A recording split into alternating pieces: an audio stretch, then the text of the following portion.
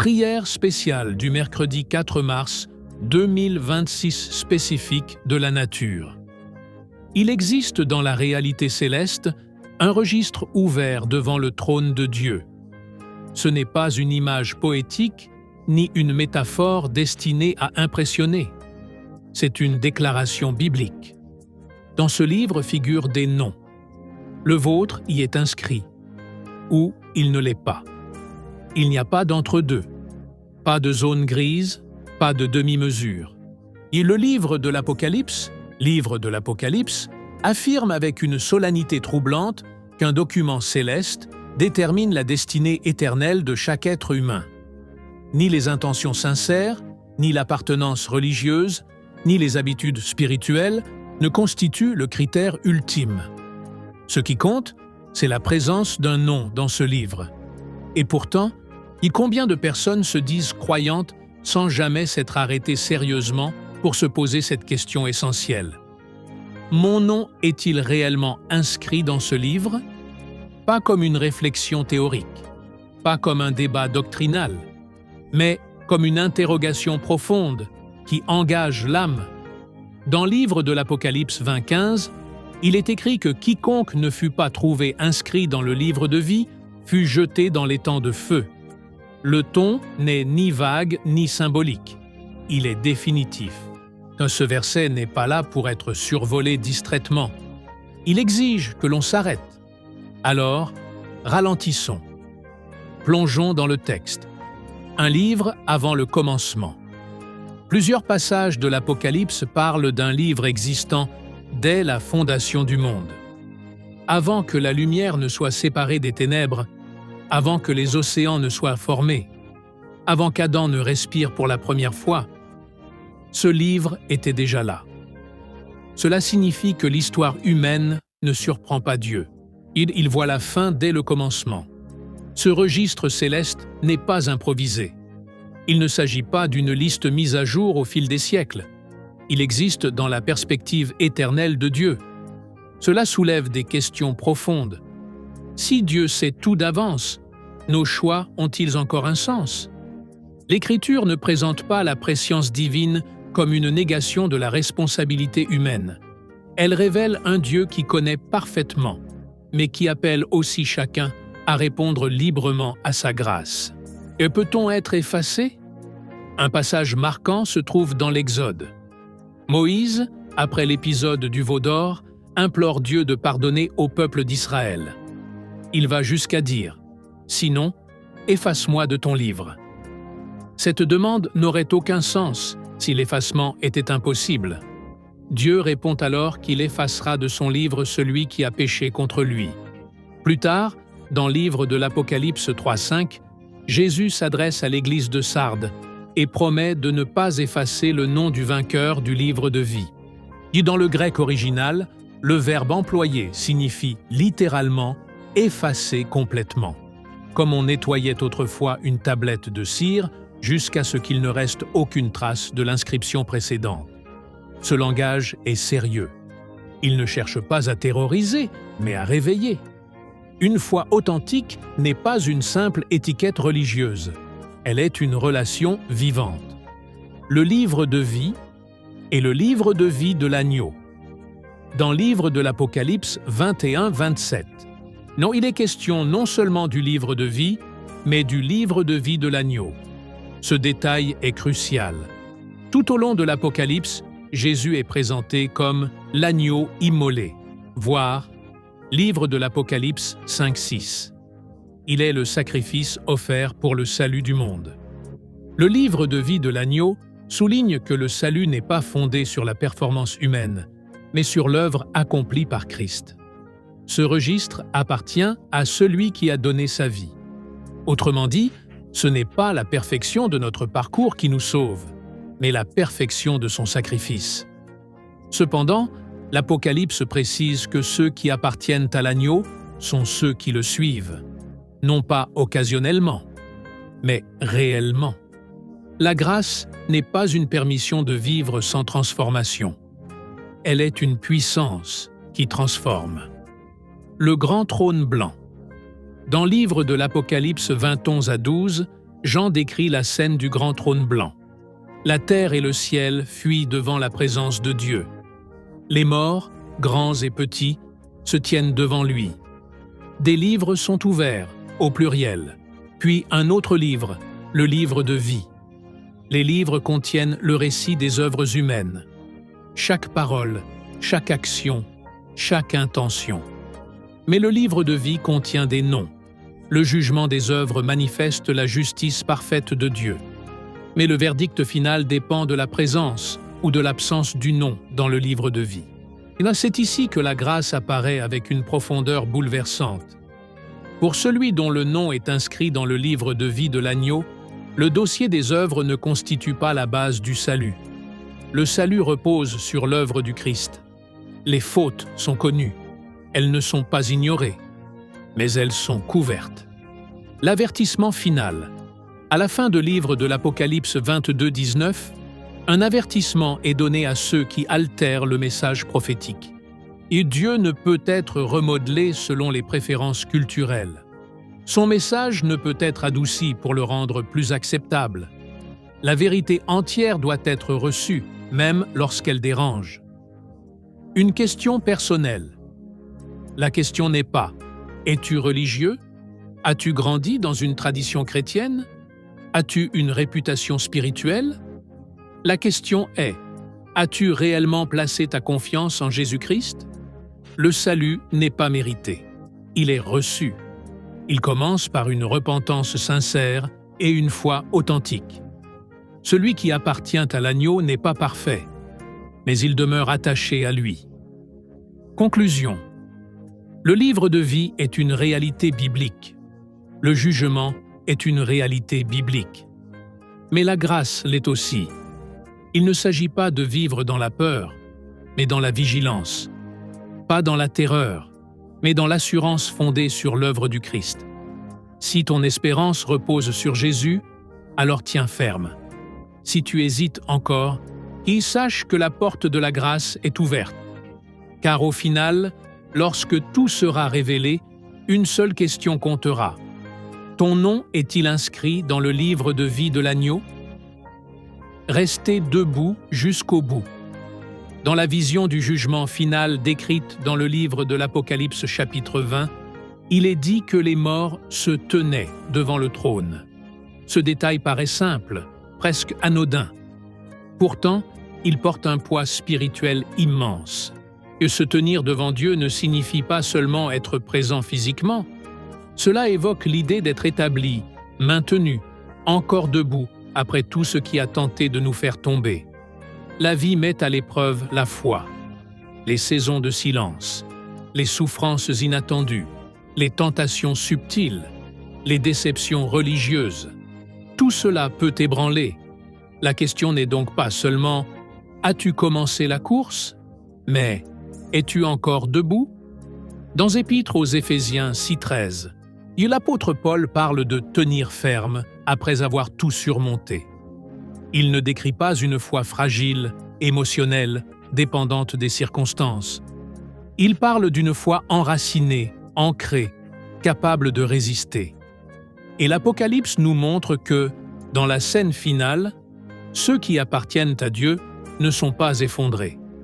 Ils sont debout. Une foi vivante, pas une façade. L'église de Sardes, mentionnée dans le livre de l'Apocalypse chapitre 3, avait une réputation de vitalité. Elle semblait active, organisée, reconnue. Pourtant, Jésus la qualifie de morte. Cette parole traverse les siècles. On peut avoir une activité religieuse intense et manquer de vie intérieure. On peut connaître le vocabulaire chrétien sans connaître réellement le Christ. On peut défendre une doctrine correcte tout en laissant son cœur s'éteindre. Le danger n'est pas toujours la rébellion ouverte. Parfois, c'est la routine spirituelle, la familiarité, l'habitude. Jésus n'a pas condamné Sardes sans espoir, dont il a dit « Réveille-toi, fortifie ce qui reste ». Cela signifie qu'il y a toujours une possibilité de retour tant que le souffle de vie est encore là. Le poids réel de la grâce. La grâce n'est pas un concept abstrait. Elle a un coût. Lorsque l'Apocalypse parle du livre de vie de l'agneau, elle rappelle que le salut est lié à un sacrifice.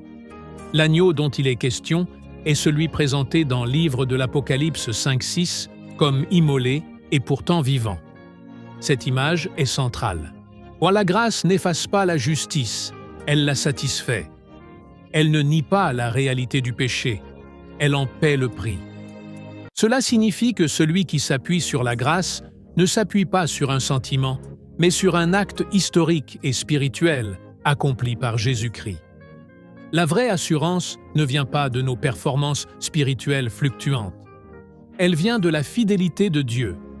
Le jugement, révélation, pas surprise. Lorsque les livres sont ouverts, rien n'est improvisé. Rien n'est approximatif. Et Dieu n'a pas besoin d'enquêter. Il connaît déjà tout. Mais l'ouverture des livres rend visible ce qui était caché. Ce moment ne vise pas à humilier, mais à révéler la vérité complète. La justice divine est transparente. Pour ceux qui ont placé leur confiance en Christ, ce n'est pas un moment de condamnation, mais de confirmation. Ce que Dieu a commencé en eux sera pleinement manifesté. Pour ceux qui ont rejeté cette grâce, le verdict n'est pas arbitraire. Il correspond à une direction choisie librement tout au long de leur vie. L'illusion moderne. Notre époque préfère un message rassurant, un Dieu qui n'exige rien, une spiritualité sans engagement. Pourtant, la Bible entière, et particulièrement le livre de l'Apocalypse, ne présente pas un Dieu indifférent. Il aime, il appelle, il avertit, il patiente, mais il ne force pas. La neutralité spirituelle est une illusion. Ne pas choisir est déjà un choix, une invitation et pas une menace. Il est important de comprendre ceci. L'appel biblique n'est pas une intimidation, c'est une invitation. Dieu ne prend pas plaisir à la perdition. Il désire que tous viennent à la repentance. L'existence du livre de vie n'est pas destinée à créer la panique, mais à révéler la valeur infinie de l'éternité. Chaque être humain vit quelques décennies sur Terre.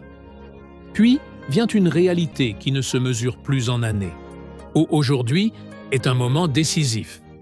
L'Apocalypse se termine par une phrase pleine d'espérance. « Que celui qui a soif vienne ». La porte n'est pas fermée. Le livre n'est pas scellé pour empêcher l'entrée. Tant que la vie est là, la grâce est accessible. Si ton cœur ressent une conviction, ne l'ignore pas. La conviction n'est pas condamnation. C'est l'œuvre de l'Esprit qui attire. Une foi qui persévère. Être inscrit dans le livre de vie de l'agneau ne signifie pas mener une vie parfaite. Donc cela signifie appartenir à Christ. Celui qui appartient à Christ tombe parfois, mais il revient. Il lutte. Il apprend.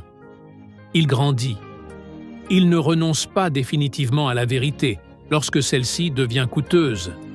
La persévérance n'est pas un effort pour gagner le salut. Elle est le signe que le salut est réel. Réflexion finale. Imagine ce jour où tout ce que nous considérions comme solide disparaît. Les structures humaines, les succès, les réputations. Et il ne restera qu'une chose, la relation entre ton âme et Dieu. Et lorsque le livre de vie sera ouvert, il n'y aura plus d'argumentation, plus de comparaison avec les autres, plus d'auto-justification. Seulement la vérité. Alors la question demeure, plus simple que toutes les théories. As-tu mis ta confiance en Jésus-Christ? Es-tu attaché à l'agneau? Ta foi est-elle vivante ou seulement héritée? Allons encore plus loin. C'est quand tout sera dévoilé. Il viendra un moment où tout ce qui est caché sera mis en lumière. Pas seulement les grandes actions visibles, mais les intentions, les motivations, les choix faits dans le secret. Le livre de l'Apocalypse décrit ce jour comme un face-à-face absolu. Plus de masques, plus d'apparence, plus de comparaison. Nous vivons aujourd'hui dans un monde où l'image compte plus que la vérité. On peut construire une identité numérique, projeter une version embellie de soi-même, et cultiver une réputation soigneusement entretenue. Mais devant le trône de Dieu, rien de cela ne tient. Ce qui reste, c'est la réalité intérieure. La différence entre connaître et appartenir. Beaucoup connaissent des choses au sujet de Jésus. Ils savent qu'il est mort et ressuscité. Ils peuvent citer des versets. Ils assistent à des cultes. Mais connaître des informations n'est pas la même chose qu'appartenir. Appartenir signifie que ta vie lui est réellement confiée, que tes décisions tiennent compte de sa volonté, que ta conscience est sensible à sa voix. Le Évangile selon Matthieu 7, 21 rappelle que ce ne sont pas tous ceux qui disent « Seigneur » qui entreront dans le royaume, mais ceux qui font la volonté du Père. Ce passage n'annule pas la grâce. Il expose l'illusion d'une foi superficielle, l'endurcissement progressif. Rarement quelqu'un rejette Dieu du jour au lendemain. C'est souvent un processus lent, une négligence ici, un compromis là, et une vérité mise de côté parce qu'elle dérange. Puis le cœur devient moins sensible. Le danger n'est pas toujours la rébellion ouverte, c'est l'indifférence progressive. Dans le livre de l'Apocalypse, l'appel récurrent est « que celui qui a des oreilles entende ». Cela implique que l'on peut cesser d'entendre.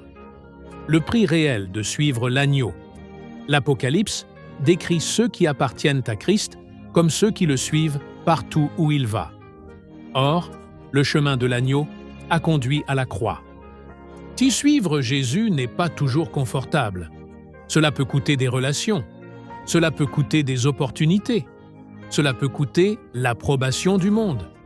Mais ce qui est perdu temporairement ne peut être comparé à ce qui est gagné éternellement. L'assurance véritable. Il existe une assurance biblique, solide, paisible. Elle ne vient pas d'une émotion passagère. Elle ne vient pas d'un souvenir lointain d'une prière répétée machinalement. Elle vient d'une relation actuelle. Si aujourd'hui tu marches avec Christ, si ton cœur est tourné vers lui, si tu luttes sincèrement contre le péché et cherches sa volonté, alors tu peux avoir une confiance réelle. Car le salut repose sur sa fidélité, non sur ta perfection. Une décision quotidienne. Être inscrit dans le livre de vie n'est pas une formalité administrative céleste. C'est une réalité relationnelle. Chaque jour, nous choisissons. Nourrir notre foi ou l'ignorer. Approfondir la vérité ou la diluer. Obéir même quand cela coûte, ou céder pour préserver notre confort. La vie chrétienne n'est pas statique. Elle progresse ou elle décline. L'espérance au-delà de la peur. Il est essentiel de comprendre que l'Apocalypse ne se termine pas par la condamnation, mais par une invitation. Après les avertissements, il y a cette parole. L'Esprit et l'Épouse disent « Viens ». Dieu n'appelle pas pour exclure, il appelle pour sauver. La croix précède le trône blanc. La miséricorde précède le jugement. Et celui qui refuse la grâce ne pourra accuser Dieu d'avoir été silencieux. Si ton cœur est troublé, peut-être que tout cela te bouscule. Peut-être que tu réalises que ta foi était plus culturelle que personnelle. Ce trouble n'est pas une condamnation, c'est une invitation. Dieu ne révèle pas ses vérités pour écraser, mais pour réveiller. Une prière simple mais sincère. Le salut ne dépend pas de la beauté des mots, il dépend de la sincérité du cœur. Tu peux simplement dire « Seigneur Jésus, je reconnais mon besoin de toi. Je crois que tu es mort pour mes péchés et ressuscité pour ma justification. Je me détourne de ce qui m'éloigne de toi. Je te confie ma vie. Fais de moi le tien. » Ce n'est pas une formule magique, c'est un acte de confiance. Et maintenant, si tu as déjà placé ta foi en Christ, alors ne vis pas dans la peur constante d'être effacé. Vis dans la fidélité. Reste attaché à la parole. Entretiens la relation. Si tu hésites encore, ne remets pas à plus tard. Le temps est un don fragile, une dernière image. Imagine le moment où ton nom est prononcé devant le trône, pas comme un accusé sans défense, mais comme un enfant reconnu. Le livre de vie s'ouvre, le nom est là, la grâce parle, et tout ce qui te séparait de Dieu a été porté par l'agneau.